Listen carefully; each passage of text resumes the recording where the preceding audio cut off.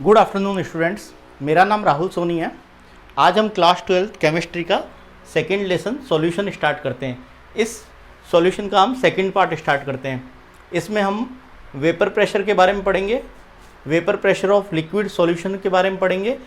इनमें हम इसको दो पार्ट में डिवाइड करते हैं, vapour pressure of liquid in liquid solution और दूसरा पढ़ते हैं vapour pressure of solid in liquid solution. तो स्टार्ट करते हैं हम वेपर प्रेशर से।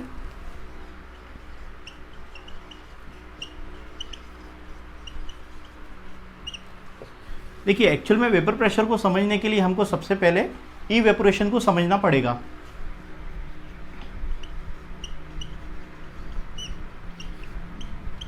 इवेपोरेशन जो एक्चुअल में हम छोटी क्लासों में पढ़ते आए हैं कि इवेपोरेशन क्या होता है, लिक्विड का वेपर में कन्वर्जन, उसी को हम इवेपोरेशन कहते हैं। ये इवेपोरेशन जो है वो किसी भी टेम्परेचर पे हो सकता है। इवेपोरेशन किसी भी टेम्परेचर पे होती रहती है ये। ओके, तो इसमें इवेपोरेशन में क्या होता है, हम एक कंटेनर लेते हैं। ये एक्चुअल में ओपन कंटेनर है। इस ओपन कंटेनर में हमारे पास में एक लिक्विड है। सपोज कि ये लिक्विड ए है, तो इस लिक्विड में क्या होंगे, ए के मॉलिक्यूल्स होंगे और ए के मॉलिक्यूल्स अंदर भी होंगे, सरफेस पे भी होंगे, सब जगह होंगे। तो देखिए, यहाँ पे जो मॉलिक्यूल सरफेस पे होते हैं उनकी काइनेटिक एनर्जी बहुत ज़्यादा होती है और एक्चुअल में सरफेस पे जो मॉलिक्यूल्स होते हैं वो एक्चुअल में वीक फोर्स ऑफ अट्रैक्शन से बॉन्डेड होते हैं इन कंपैरिजन टू जो अंदर के बल्क के मॉलिक्यूल्स होते हैं उनकी तुलना में, क्योंकि यहाँ पे जो ये स्ट्रॉन्ग फोर्स ऑफ अट्रैक्शन से जुड़े हुए होते हैं, क्योंकि अंदर की तरफ होते हैं, चारों तरफ से इन पे फोर्स ऑफ अट्रैक्शन लगता है। लेकिन सरफेस के मॉलिक्यूल में बाहर की तरफ से कोई फोर्स ऑफ अट्रैक्शन नहीं है, जो भी है वो अंदर की तरफ है। तो इनके मॉलिक्यूल्स में फोर्स ऑफ अट्रैक्शन वीक होता है, इनकी काइनेटिक एनर्जी ज़्यादा होती है, तो ये एक्चुअल में क्या होते हैं, इवेपोरेट हो जाते हैं। तो इवेपोरेशन जो है वो सरफेस फिनोमिना है, मतलब सरफेस के मॉलिक्यूल जो है वो इवेपोरेट होते हैं एट एनी टेम्परेचर। तो जब और ये वेपर में कन्वर्ट हो जाते हैं, ठीक है, ये किस में कन्वर्ट हो जाते हैं, वेपर में। लेकिन ये वेपर जो है ओपन कंटेनर में एस्केप हो जाती है, बाहर निकल जाती है, ये कोई प्रेशर जो है वो क्रिएट नहीं कर पाती। तो हम ओपन कंटेनर में एक्चुअल में वेपर प्रेशर को नहीं समझ सकते। तो एक्चुअल में वेपर प्रेशर क्या होता है कि प्रेशर एक्सर्टेड बाय वेपर, उसी को हम वेपर प्रेशर कहते हैं। तो वेपर कब प्रेशर एक्सर्ट करेगी, जब हम ये जो प्रोसेस है वो आपका एक क्लोज कंटेनर में करवाएंगे। आगे देखते हैं। देखिए, अब हम एक क्लोज कंटेनर लेते हैं।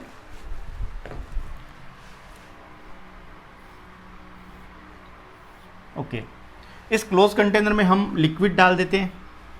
ये एक्चुअल में प्योर लिक्विड है, इसमें किसी तरीके की मिक्सिंग नहीं की गई है। तो ये जो लिक्विड है उसमें क्या होता है, ये ए टाइप के मॉलिक्यूल्स होते हैं उसमें लिक्विड में। अब देखिए, ये क्लोज कंटेनर में क्या होता है, ये लिक्विड के मॉलिक्यूल जो है ये एम्प्टी स्पेस है और ये आपका लिक्विड है। तो ये लिक्विड के मॉलिक्यूल जो है वो एक्चुअल में अपनी हाई काइनेटिक एनर्जी और वीक फोर्स ऑफ अट्रैक्शन की वजह से क्या होते हैं, इवेपोरेट होते हैं। ओके, और इस एम्प्टी स्पेस में आ जाते हैं, इस एम्प्टी स्पेस में आ जाते हैं। अब देखिए, ये जो आपके वेपर के मॉलिक्यूल्स है, यहाँ पे इवेपोरेशन क्यों हो रहा है, क्योंकि एक्चुअल में ए और ए के बीच में जो लिक्विड के पार्टिकल्स है उसमें एक्चुअल में हीट की वजह से, ठीक है, मतलब बॉन्ड ब्रेक हो रहे हैं, तभी वो इवेपोरेट हो रहे हैं। मतलब यहाँ पे सिस्टम को, मतलब इन मॉलिक्यूल्स को कहीं से हीट मिल रही है, काइनेटिक एनर्जी ज़्यादा होती है, ठीक है, वीक फोर्स ऑफ अट्रैक्शन होते हैं और एक्चुअल में ये क्या होते हैं, एक्चुअल में ब्रेक हो जाते हैं, ठीक है, इनको थोड़ी सी मतलब एनर्जी मिलती है तो ये ब्रेक हो जाते हैं और ये वेपर में आ जाते हैं। अब जैसे ये वेपर फॉर्म में आते हैं तो यहाँ पे क्या करते हैं, ये हीट को रिलीज़ कर देते हैं, जो इनके पास हीट बची होती है वो एक्चुअल में वो ये रिलीज़ कर देते हैं और वापस यहाँ पे इनका कंडेंसेशन हो जाता है और कंडेंसेशन होकर ये वापस सिस्टम के अंदर, लिक्विड के अंदर आ जाते हैं। इस तरीके से क्या होता है कि लिक्विड और आपका वेपर, इन दोनों के बीच में एक इक्विलिब्रियम सेट हो जाता है। इस इक्विलिब्रियम में क्या होता है कि जितना लिक्विड वेपर में कन्वर्ट हो जाता है उतना का उतना वेपर जो है वो फिर से लिक्विड में कन्वर्ट हो जाता है, मतलब रेट ऑफ इवेपोरेशन जो है वो रेट ऑफ कंडेंसेशन की इक्वल हो जाती है। तब क्या होगा, इस इक्विलिब्रियम को हम डायनेमिक इक्विलिब्रियम बोलते हैं। और डायनेमिक इक्विलिब्रियम पे आपका जो वेपर होती है वो जितना प्रेशर लिक्विड की सरफेस पे एक्सर्ट करती है उसी को हम वेपर प्रेशर कहते हैं। एक्चुअल में ये टेम्परेचर जो है एक पर्टिकुलर टेम्परेचर पे ये होता है, हम यहाँ पे सिस्टम को टेम्परेचर नहीं दे रहे हैं, ठीक है, हम सिस्टम को अलग से टेम्परेचर नहीं प्रोवाइड कर रहे हैं, न हीट प्रोवाइड कर रहे हैं, ठीक है। तो यहाँ पे क्या हो रहा है, किसी भी पर्टिकुलर टेम्परेचर पे ये प्रोसेस होता है जहाँ पे वेपर का प्रेशर जो है वो एक्चुअल में लिक्विड वेपर जो है वो लिक्विड के सरफेस पे जो प्रेशर एक्सर्ट करती है उसको हम वेपर प्रेशर कहते हैं। अब हम क्या करते हैं, इस सिस्टम को हीट सप्लाई करते हैं बाहर से, ठीक है। तो हीट सप्लाई कैसे करेंगे, आप यदि टेम्परेचर बढ़ा दें सिस्टम का तो एक्चुअल में टेम्परेचर आप कैसे बढ़ाएंगे, हीट प्रोवाइड करके। तो ये सिस्टम जो है वो लिक्विड क्या करेगा, इस हीट को एब्जॉर्ब करेगा, ठीक है, इस हीट को एब्जॉर्ब करेगा। और ये रिएक्शन जो है, जब हीट एब्जॉर्बिंग रिएक्शन को हम एंडोथर्मिक रिएक्शन बोलते हैं, तो ये एंडोथर्मिक रिएक्शन हो रही है। तब क्या होगा, ये एंडोथर्मिक रिएक्शन के अंदर जो आपने हीट सप्लाई करी है वो हीट क्या करेगी, इनके बीच में लिक्विड के बीच में जो बॉन्ड है उसको क्या करेगा, मतलब बहुत तेज़ी से ब्रेक करेगा, ठीक है। और लिक्विड के एक्चुअल में जो मॉलिक्यूल्स है वो वेपर की फॉर्म में ज़्यादा आएंगे, ठीक है, क्योंकि यहाँ पे हीट सप्लाई कर रहे हैं, बॉन्ड ब्रेक हो रहा है और जो लिक्विड है वो एक्चुअल में वेपोराइज हो रहा है, ठीक है। तो वेपर प्रेशर एक्चुअल में इंक्रीज हो जाता है जब आप टेम्परेचर इंक्रीज करते हैं। लेकिन यहाँ पे एक चीज़ है कि देखिए ये जो हो रहा है, जब आप हीट सप्लाई कर रहे हो तो एक एक्चुअल में ऐसा टेम्परेचर आता है जब आपके सिस्टम का प्रेशर जो वेपर प्रेशर जो होता है वो एटमॉस्फेरिक प्रेशर के इक्वल हो जाता है। उस पॉइंट को हम बॉइलिंग पॉइंट बोलते हैं। अब देखिए यहाँ पे जब बॉइलिंग पॉइंट पे क्या होता है, जब आपने सिस्टम बॉइलिंग पॉइंट से नीचे या बॉइलिंग पॉइंट तक क्या होता है, जब आप सिस्टम को हीट सप्लाई करते हैं तो यहाँ पे बल्क के मॉलिक्यूल वो भी एक्चुअल में क्या करते हैं, एनर्जी गेन करके उनके बीच में बॉन्ड ब्रेक हो जाते हैं और वो भी काइनेटिक एनर्जी गेन करके एक्चुअल में वेपोराइज हो जाते हैं। तो यहाँ पे जब आप हीट सप्लाई करोगे तो बल्क के मॉलिक्यूल भी एक्चुअल में वेपर प्रेशर में पार्टिसिपेट करते हैं, जिसकी वजह से वेपर प्रेशर बढ़ जाता है। तो यहाँ पे हमने समझा कि कैसे टेम्परेचर जो है वो वेपर प्रेशर को मतलब इन्फ्लुएंस करता है।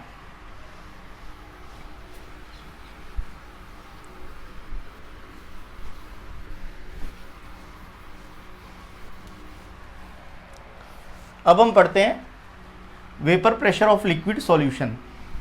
देखिए एक और चीज़ यहाँ पे है कि ये जो वेपर प्रेशर होता है एक्चुअल में वो डिफरेंट सब्सटेंस का वेपर प्रेशर डिफरेंट होता है। कैसे होता है, कुछ सब्सटेंस जो होते हैं वो एक्चुअल में वॉलेटाइल नेचर के होते हैं और कुछ सब्सटेंस जो होते हैं वो नॉन वॉलेटाइल नेचर के होते हैं। तो जो वॉलेटाइल नेचर के सब्सटेंस होते हैं, वॉलेटाइल का मतलब जो होता है कि इनकी जो फोर्स ऑफ अट्रैक्शन होते हैं वो वीक होते हैं और ये जल्दी से इवेपोरेट हो जाते हैं, ओके, ये जल्दी से इवेपोरेट हो जाते हैं। और जो नॉन वॉलेटाइल होते हैं उनमें एक्चुअल में फोर्स ऑफ अट्रैक्शन बहुत ज़्यादा होता है, ये नॉन वॉलेटाइल जो है वो इवेपोरेट नहीं होते, ठीक है। तो देखिए जो वॉलेटाइल सब्सटेंस होते हैं वो क्या होते हैं, वेपोराइज हो जाते हैं, तो ये एक्चुअल में क्या करते हैं, वेपर प्रेशर को एक्सर्ट करते हैं, ठीक है। और नॉन वॉलेटाइल सब्सटेंस जो होते हैं वो एक्चुअल में वेपर प्रेशर को एक्सर्ट नहीं कर पाते, ठीक है। तो ये वेपर प्रेशर जनरेट नहीं कर पाते, तो नॉन वॉलेटाइल सब्सटेंस का वेपर प्रेशर जो है वो जीरो होता है।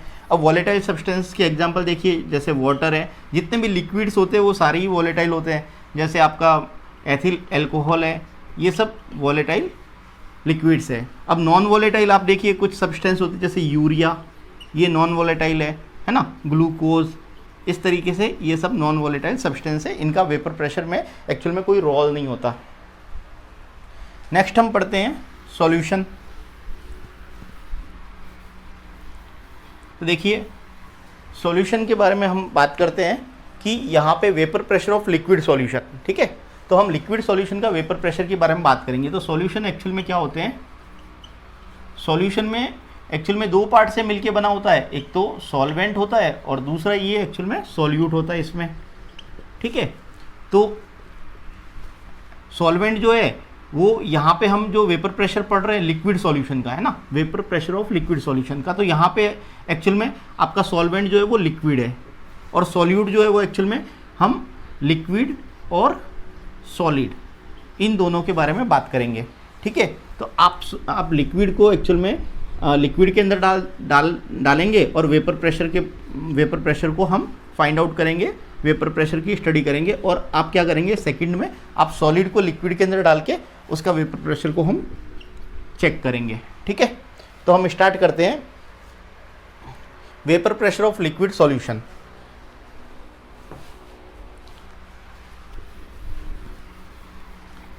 Vapour pressure of liquid solution, उसमें हम देखते हैं vapour pressure of liquid in liquid solution. तो हम फर्स्ट पढ़ते हैं vapour pressure of liquid in liquid solution. देखिए यहाँ पे क्या कर रहे हैं, हम एक लिक्विड को दूसरे लिक्विड के अंदर डाल रहे हैं। ठीक है, तो लिक्विड का लिक्विड के अंदर सॉल्यूशन, तो मतलब एक लिक्विड जो है वो आपका सॉल्वेंट है और दूसरा लिक्विड जो है वो सॉल्यूट है। क्लियर, तो ये आपका सॉल्वेंट है और दूसरा लिक्विड जो है वो सॉल्यूट है। अब देखिए, अब आप यहाँ पे एक लिक्विड ले लेंगे ए, क्लियर, दूसरा आप लिक्विड लेंगे बी, और आप इसकी क्या करेंगे, मिक्सिंग कर देंगे। ठीक है, तो यहाँ पे मिक्सिंग करने पे क्या होगा, लिक्विड ए की बी के अंदर आपने मिक्सिंग कर दी। तो देखिए हम सबसे पहले यहाँ पे पढ़ते हैं कि लिक्विड ए के अंदर क्या होता है, ए टाइप के मॉलिक्यूल्स होते हैं, ए टाइप के मॉलिक्यूल्स होते हैं। अब ये ए टाइप के मॉलिक्यूल्स जो, ये हम क्लोज कंटेनर की बात करें, क्योंकि हम वेपर प्रेशर के बारे में बात कर रहे हैं, तो कंटेनर सारे क्लोज होने चाहिए। Clear, okay. अब देखिए ये जो लिक्विड ए है उसमें ए टाइप के मॉलिक्यूल्स और एटम्स होते हैं, तो सरफेस पे सारे ही एक्चुअल में ए टाइप के मॉलिक्यूल्स होंगे। तो यहाँ पे ये एक्चुअल में ये प्योर लिक्विड है, यहाँ बी लिक्विड, ये भी प्योर लिक्विड है। यहाँ पे आपने क्या कर दिया, मिक्सिंग कर दी। तो यहाँ पे सरफेस के मॉलिक्यूल्स का क्या होगा, वेपोराइजेशन होगा, और ए के जो एक्चुअल में पार्टिकल्स जो है वो वेपर की फॉर्म में आ जाएंगे और वेपर प्रेशर क्रिएट करेंगे। उस वेपर प्रेशर को हम क्या लिखेंगे, पी ए। ठीक है, इस वेपर प्रेशर को हम पी ए से डिनोट करेंगे। लेकिन एक्चुअल में ये एक्चुअल में प्योर लिक्विड है, तो हम इसका वेपर प्रेशर जो है वो पी ए नॉट मान सकते हैं। अब हमारे पास यहाँ पे बी टाइप का लिक्विड है, उसमें बी एटम्स और मॉलिक्यूल्स है। अब यहाँ पे बी के सरफेस से भी एक्चुअल में इवेपोरेशन होता है और यहाँ पे ये भी वेपर प्रेशर क्रिएट करते हैं। तो यहाँ का वेपर प्रेशर जो है एक्चुअल में ये भी प्योर लिक्विड है, हमने मिक्सिंग नहीं करी है, ओनली बी टाइप के पार्टिकल्स है यहाँ पे। तो इसका जो वेपर प्रेशर है, इसकी वजह से उसको हम क्या करेंगे, एक्चुअल में प्योर फॉर्म में जो वेपर प्रेशर है उसको पी बी नॉट से हम डिनोट करेंगे। अब हम क्या कर रहे हैं, यहाँ पे मिक्सिंग कर रहे हैं, तो यहाँ पे ए और बी दोनों के पार्टिकल्स आपको मिलेंगे। ठीक है, अब ये दोनों के पार्टिकल्स इवेपोरेट होंगे, तो ए के पार्टिकल जो वेपर प्रेशर एक्सर्ट करेंगे उसको हम पी ए बोलेंगे, और बी के पार्टिकल जो वेपर प्रेशर एक्सर्ट करेंगे उसको हम पी बी बोलेंगे। क्लियर, लेकिन एक्चुअल में ये प्योर सॉल्वेंट के वेपर प्रेशर से डिफरेंट होता है ना, ये प्योर सॉल्वेंट के वेपर प्रेशर के इक्वल नहीं होता। तो ऐसा कैसे होता है, हम इसको पढ़ते हैं। देखिए यहाँ पे आपने देखा कि यहाँ पे एक डाल्टन साइंटिस्ट था, डाल्टन ने अपना एक रूल दिया, Dalton's law of partial pressure. तो Dalton law of partial pressure क्या बोलता है कि एक्चुअल में ये जो सॉल्यूशन है इसमें यहाँ का टोटल सिस्टम का टोटल प्रेशर, ठीक है, जिसमें आप 1 2 या 3 जो है वो एक्चुअल में आप सॉल्यूट मिला दो, सॉल्वेंट मिला दो, मतलब मिक्सिंग कर दो दो सॉल्यूट सॉल्वेंट की। ठीक है, तो यहाँ पे क्या होता है कि जो टोटल प्रेशर होता है सिस्टम का, वो टोटल प्रेशर जो होता है अलग अलग कंपोनेंट के पार्शियल प्रेशर का सम होता है। ठीक है, तो यहाँ पे हमारे पास में हमने क्या किया, लिक्विड के अंदर हमने मिक्सिंग की, तो ए लिक्विड और बी लिक्विड, तो ए लिक्विड का पार्शियल प्रेशर पी ए है और बी लिक्विड का partial pressure B P B है, तो इन दोनों का सम हो जाएगा। तो टोटल पार्शियल प्रेशर या टोटल वेपर प्रेशर जो है एक्चुअल में सिस्टम का अलग अलग कंपोनेंट्स के पार्शियल प्रेशर का सम होता है। तो ये सबसे पहले एक्चुअल में ये डाल्टन का लॉ ऑफ पार्शियल प्रेशर है। अब हम देखते हैं कि एक राउल्ट साइंटिस्ट था, राउल्ट है ना, तो राउल्ट ने एक लॉ दिया।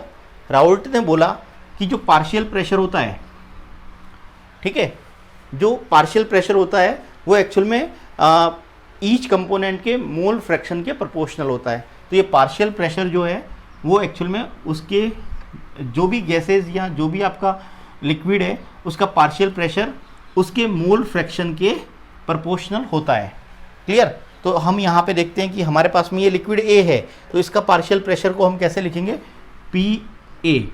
ओके, और ये एक्चुअल में एट अ पर्टिकुलर टेम्परेचर ये हम बात कर रहे हैं, हम टेम्परेचर को बढ़ा नहीं रहे ना कम कर रहे हैं। क्लियर? तो यहाँ पे पी ए जो है वो किसके प्रोपोर्शनल होगा, partial pressure of mole fraction of ए।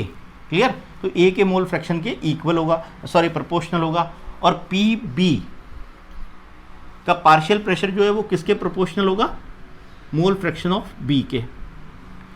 अब हम देखते हैं कि देखिए जितने भी मोल फ्रैक्शन होते हैं एक्चुअल में उन सब का जो एक्चुअल में सम होता है वो यूनिट के बराबर होता है, मतलब 1 होता है। तो हम यहाँ पे 2 लिक्विड ले रहे हैं, तो 2 लिक्विड का मोल फ्रैक्शन, ए का मोल फ्रैक्शन हम एक्स ए से डिनोट करते हैं और बी का मोल फ्रैक्शन हम एक्स बी से डिनोट करते हैं, या फिर इसको काई ए बोलते हैं, इसको काई बी बोलते हैं। तो काई ए और काई बी जो है उसका सम जो है वो आपका 1 होता है। क्लियर? तो देखिए अब हम यहाँ पे देखते हैं जब प्रोपोर्शनलिटी का साइन हटाते हैं तो यहाँ पे एक कांस्टेंट आता है, यहाँ पे एक हम इसको हटाते हैं तो यहाँ पे जो वैल्यू मिलती है वो एक्चुअल में पी नॉट ए के इक्वल वैल्यू मिलती है। ठीक है, और इसको हम किससे मल्टीप्लाई करते हैं, मोल फ्रैक्शन ऑफ ए से। और पी बी यहाँ पे भी हम प्रोपोर्शनलिटी का साइन हटाते हैं तो यहाँ पे एक्चुअल में ये वैल्यू मिलती है P naught B into X B. Clear? तो यहाँ पी नॉट बी और पी नॉट ए कहाँ से आया, ये एक्चुअल में क्या है, देखिए आप ये एक्चुअल में प्योर लिक्विड है। प्योर लिक्विड का मोल फ्रैक्शन जो है वो आप इसमें और कोई कंपोनेंट नहीं है और किसी के मोल नहीं है, तो यहाँ पे मोल फ्रैक्शन जो है 1 होगा प्योर लिक्विड का। तो जब प्योर लिक्विड का मोल फ्रैक्शन 1 होता है तो आप यहाँ पे देखिए, यहाँ पे एक्चुअल में इसको 1 कर दीजिए तो ये जो भी कांस्टेंट आता है वो आपका एक्चुअल में पार्शियल प्रेशर के इक्वल होता है। क्लियर? तो यहाँ पे आप देखेंगे कि इसका जो एक्चुअल में प्योर फॉर्म में partial pressure P a not होता है। अब p a not into x a करेंगे तो वो एक्चुअल में पी ए के इक्वल होगा। क्लियर? अब आप यहाँ पे देखिए P B is equal to P naught B into X B, ये हो गया। अब हम इसको डाल्टन्स लॉ के पार्शियल प्रेशर में इसकी वैल्यू पुट कर देते हैं, यहाँ पे ये वैल्यू पुट कर देते हैं।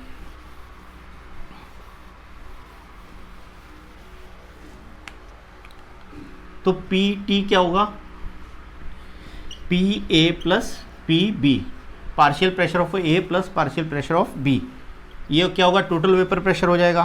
पी ए की जगह हम वो वैल्यू पुट करते हैं P naught A X A plus P B की जगह हम ये वैल्यू पुट करते हैं P naught B X B.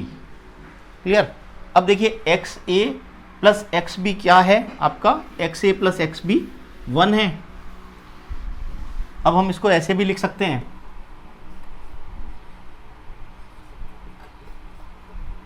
X A is equal to 1 minus X B, इसको ऐसे भी लिख सकते हैं। तो हम यहाँ पे एक्स ए की जगह एक्चुअल में 1 माइनस एक्स बी की वैल्यू पुट करते हैं।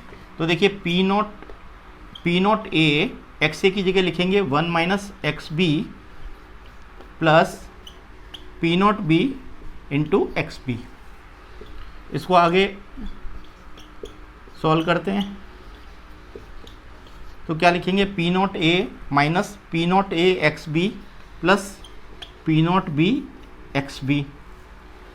इसको फर्दर देखते हैं तो कैसे लिखेंगे, P naught A plus X B common ले लेंगे एक्स बी और P B naught minus P naught A, P naught B minus P naught A. तो ये एक्चुअल में क्या है, आपका टोटल पार्शियल प्रेशर है। क्लियर? अब हम इसका ग्राफ देख लेते हैं। ठीक है, इसका ग्राफ देखते हैं। देखिए यहाँ पे एक और चीज़ हम समझते हैं कि यदि ये पार्शियल प्रेशर जो एक्चुअल में लिक्विड के अंदर पार्शियल प्रेशर है, यदि यहाँ पे गैसियस फेज होती है तो गैसेज का पार्शियल प्रेशर जो है या फिर वेपर का पार्शियल प्रेशर जो है वो हम कैसे लिखते हैं, हमने 11th क्लास में पढ़ा था। तो गैसेज का पार्शियल प्रेशर हम कैसे लिखते हैं, जैसे आप ऑक्सीजन गैस का पार्शियल प्रेशर देखिए PO2 इक्वल टू क्या होता है, PO2 ये पार्शियल प्रेशर ऑफ ऑक्सीजन, तो mole fraction of O2 into total pressure. ठीक है, ये हम इस तरीके से लिखते हैं गैसेस के लिए। और लिक्विड के लिए अभी मैंने आपको बताया, देखिए गैसेस के लिए जैसे नाइट्रोजन गैस है तो पार्शियल प्रेशर कैसे लिखेंगे, mole fraction of nitrogen into P total. तो हम गैसेस के लिए क्या करते हैं, पार्शियल प्रेशर को टोटल प्रेशर से मल्टीप्लाई करते हैं। ये गैसेस के लिए हमने 11वीं क्लास में पढ़ा था। ओके, अब हम क्या करते हैं, एक ग्राफ प्लॉट करते हैं। देखिए ग्राफ जो है वो आपका वेपर प्रेशर वाई एक्सिस पे लेंगे और आपका मोल फ्रैक्शन को हम एक्स एक्सिस पे लेंगे। ठीक है, तो यहाँ पे एक्चुअल में डबल ग्राफ प्लॉट करते हैं, क्योंकि हम क्या करते हैं, लिक्विड में मिक्सिंग कर रहे हैं। तो यहाँ पे दो तरीके के प्लॉट बनाएंगे। देखिए ये वाई एक्सिस पे वेपर प्रेशर जो है वो मान लीजिए लिक्विड ए के लिए है।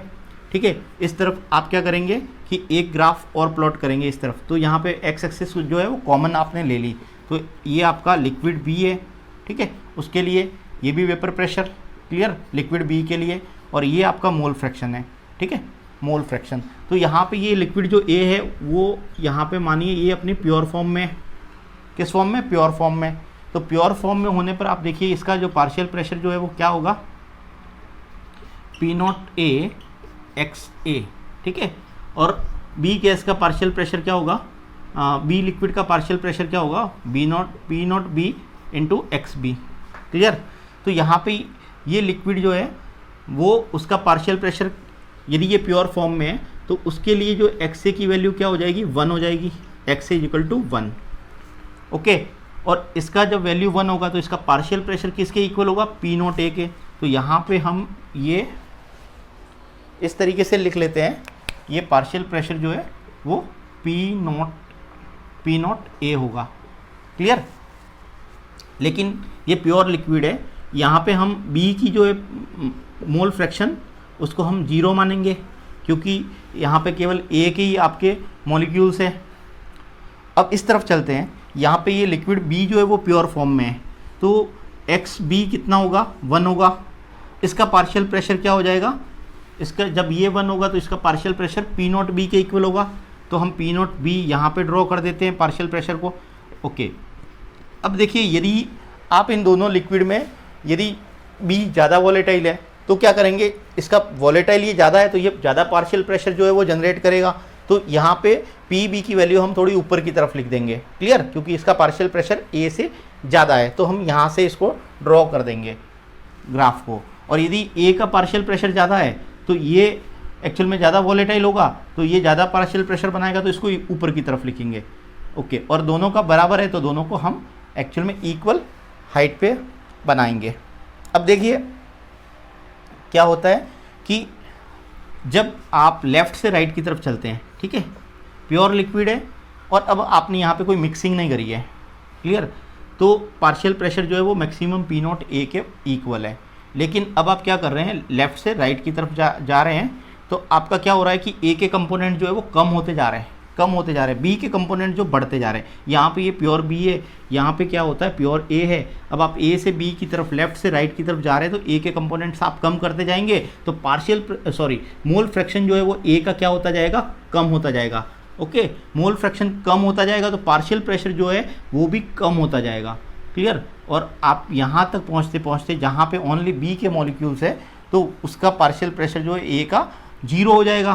क्यों 0 हो जाएगा पार्शियल प्रेशर ए का यहाँ पे, क्योंकि ए के मोल फ्रैक्शन 0 है। क्लियर, तो यहाँ पे एक्स ए इक्वल टू क्या हो जाएगा, 0, इसीलिए इसका पार्शियल प्रेशर जो है वो आपका 0 हो जाएगा। अब हम यहाँ से स्टार्ट करते हैं पी बी से।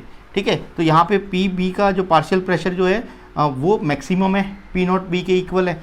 अब हम राइट से लेफ्ट की तरफ जाते हैं तो क्या होता है, बी के मोल फ्रैक्शंस कम होते जा रहे हैं। ठीक है, बी के मोल फ्रैक्शंस कम होते जा रहे हैं और यहाँ आके 0 हो रहे हैं। तो देखिए आप पार्शियल प्रेशर क्या होगा, वो मोल फ्रैक्शन पे डिपेंड करता है। तो जैसे मोल फ्रैक्शन कम होते जाएंगे वैसे वैसे पार्शियल प्रेशर भी कम होता जाएगा, और यहाँ तक पहुँचते पहुँचते जहाँ पे प्योर ए है वहाँ तक पहुँचते पहुँचते इसके पार्शियल प्रेशर 0 हो जाएगा, क्योंकि इसके मोल फ्रैक्शन 0 हो जाएंगे। तो इस तरीके से इस ग्राफ को समझते हैं। लेकिन जो टोटल प्रेशर जो होता है वो ए का प्रेशर और बी के प्रेशर के इक्वल होता है। ठीक है, तो इस दोनों को हम जॉइंट कर देते हैं। ठीक है, तो पी टोटल क्या हो जाएगा, P A plus P B के इक्वल हो जाएगा। तो ये टोटल प्रेशर है। ओके, अब देखिए, चलिए मैं मिटा रहा हूँ इसको, आगे देखते हैं।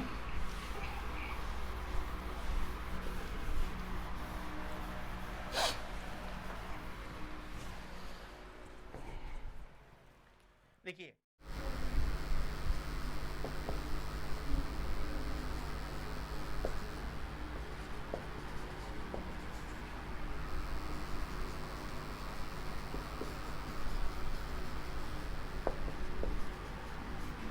देखिए हेनरी लॉ क्या था, हेनरी लॉ में हमने पढ़ा था कि पार्शियल प्रेशर जो है एक्चुअल में मोल फ्रैक्शन के प्रोपोर्शनल होता है। क्लियर, प्रोपोर्शनलिटी का साइन हटाते हैं तो क्या आएगा, एक वैल्यू आती है KH, जिसको हम हेनरी कांस्टेंट कहते हैं। इधर हमने राउट लॉ को पढ़ा, राउट लॉ में क्या होता है, राउट लॉ में भी पार्शियल प्रेशर जो है वो मोल फ्रैक्शन के प्रोपोर्शनल होता है। यहाँ पे आप प्रोपोर्शनलिटी का साइन हटाएंगे तो एक्चुअल में जो है वो प्योर सॉल्वेंट का पार्शियल प्रेशर आ जाएगा। क्लियर, तो यहाँ पे देखिए कि ये जो वैल्यू जो है वो KH के इक्वल होती है। ठीक है, तो KH इज इक्वल टू क्या हो जाएगा, P0 A हो जाएगा। तो ये राउट लॉ का एक्चुअल में ये हेनरी लॉ का एक स्पेशल केस है ना, राउट लॉ। अब हम नेक्स्ट पढ़ते हैं।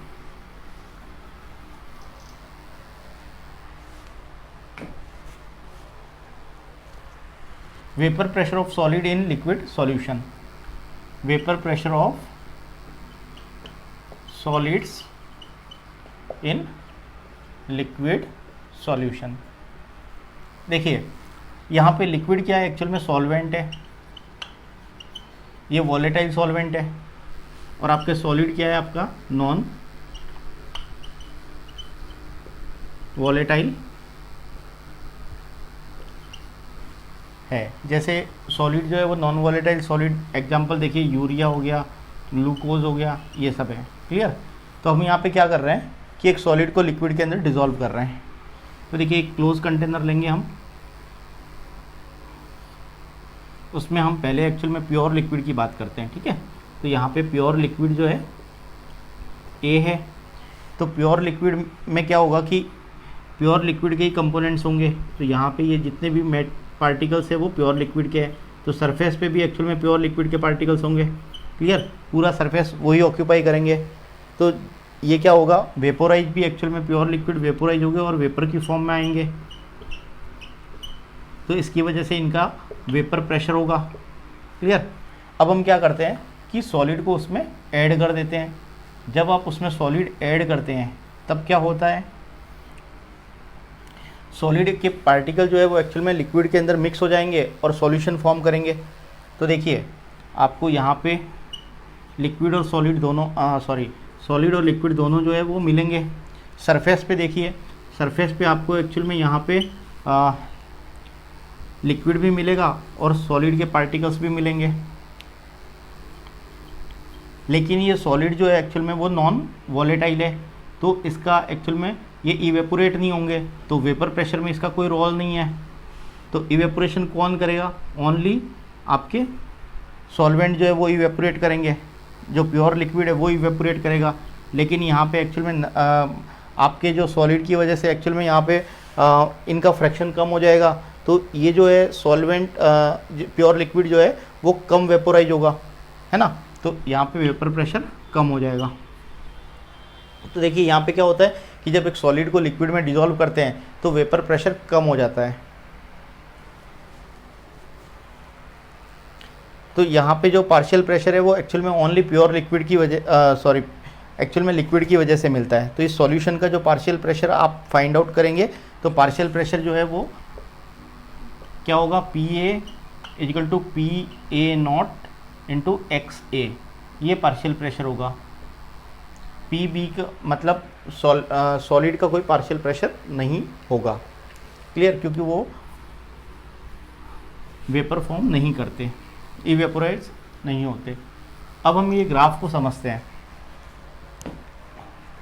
देखिए ये ग्राफ बनाते हैं हम इसका, वेपर प्रेशर और आपका मोल फ्रैक्शन के बीच में। तो वेपर प्रेशर और मोल फ्रैक्शन के बीच में हम ग्राफ प्लॉट करते हैं। यहाँ पे आपका एक्चुअल में प्योर लिक्विड है, प्योर लिक्विड का मोल फ्रैक्शन हम A मानते हैं।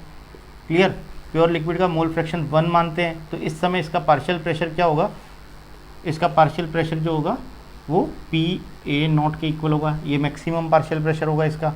अब क्या करेंगे, आप इसकी कॉन्सेंट्रेशन को कम करते जाएंगे, मतलब जब आप इसमें सॉल्यूट ऐड करेंगे नॉन वॉलेटाइल सॉल्यूट, तो इसकी कॉन्सेंट्रेशन जो है, इसके फ्रैक्शन कम होते जाएंगे। तो आप राइट से लेफ्ट की तरफ जाओ तो आप इसकी कॉन्सेंट्रेशन कम होती जाएगी। यहाँ पे मान लीजिए इसकी कॉन्सेंट्रेशन आपने यहाँ इसके मोल फ्रैक्शन 0 हो जाते हैं। तो देखिए पार्शियल प्रेशर जो एक्चुअल में मोल फ्रैक्शन पे डिपेंड करता है। तो जैसे जैसे आप राइट से लेफ्ट की तरफ जाते हैं मोल फ्रैक्शन कम होता जाएगा, तो पार्शियल प्रेशर भी कम होता जाएगा और फाइनली एक्चुअल में वो 0 हो जाएगा। आज के लिए इस लेसन में इतना ही। कल हम पार्ट 3 स्टार्ट करेंगे। Thank you.